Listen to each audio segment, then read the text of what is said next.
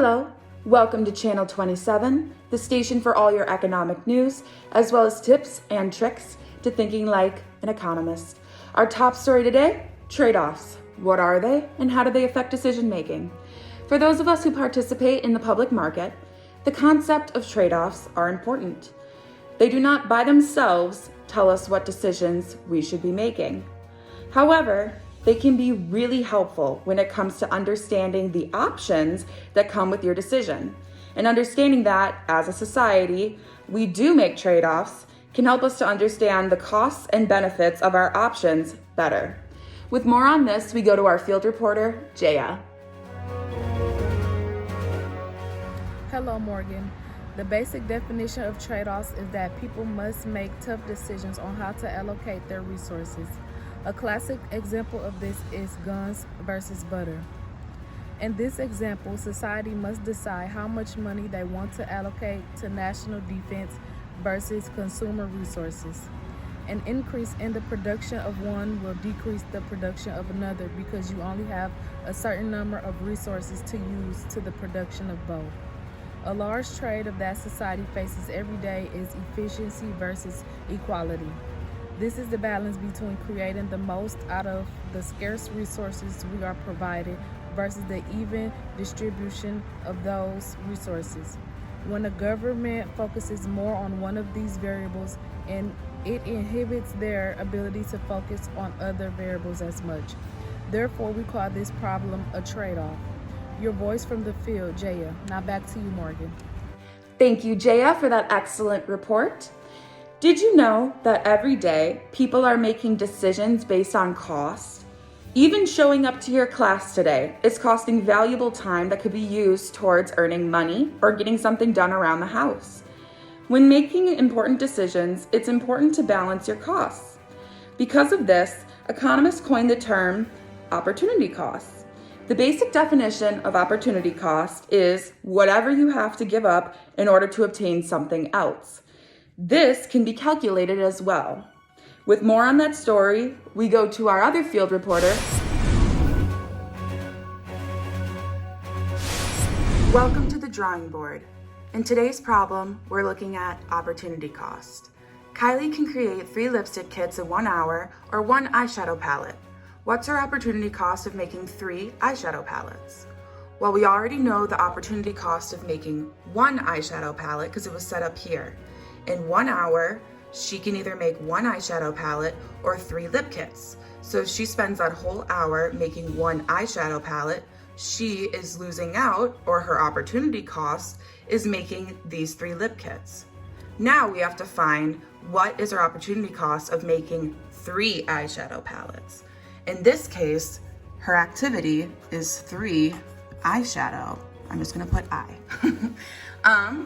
Over here, she's gonna be making 3 eyeshadow palettes, and as we know, she can make 1 in 1 hour, so this is gonna take her 3 hours. Over here, we have to figure out, okay, if she's gonna spend 3 hours making 3 eyeshadow kits, how many lip kits is she gonna be giving up? Well, if she can make 3 lip kits in 1 hour, then she can make 9 lip kits in 3 hours. So this becomes 9 lip kits. Because 3 lips times 3 hours equals 9 lip kits. So 9 lip kits will be her opportunity cost of creating 3 eyeshadow palettes. I'm just being informed now that Channel 27's own team opportunity cost has just beaten out Team Absolute Advantage in the semifinals and will be heading this weekend to compete in the finals for their turn bringing in the gold. With more on this story, we go to our sports reporter, Trevor. Thank you, Morgan. Yes, team opportunity cost has definitely put on quite a show for us this Monday night. Let's recap what happened on the field. Team opportunity cost uses what is known as the production possibilities frontier curve to explain the various combinations of outputs an economy can use with technology and resources they have. They did this by making a graph which shows production possibilities frontier curve, which they then they used to determine which outputs are considered efficient, inefficient, and unattainable.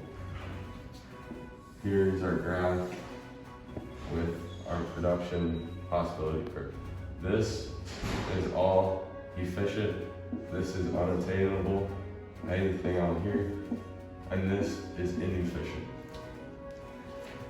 Because of this production possibility curve, Team Opportunity Cost was able to bring home the win and determine the most efficient way of allocating resources. Another victory for Team Economics. And now back to you, Morgan. Thank you for that update, Trevor. Before we leave you, let's recap the important events from today. Trade-offs are tough decisions required to determine the allocation of scarce resources. We all must make trade-offs as a society, and understanding these trade-offs can better help us to make decisions based on our scarce resources. We can use these trade-offs to produce an opportunity cost, which tells us what must be given up in order to produce or obtain something else. This can be calculated by looking at the difference between the expected returns of each of your options.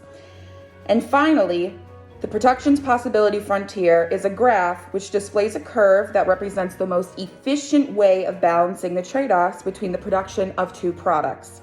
Points inside of the curve represent inefficient outcomes because you are not using all of your resources. Points on the curve represent efficient outcomes because you're using all of the resources available to you.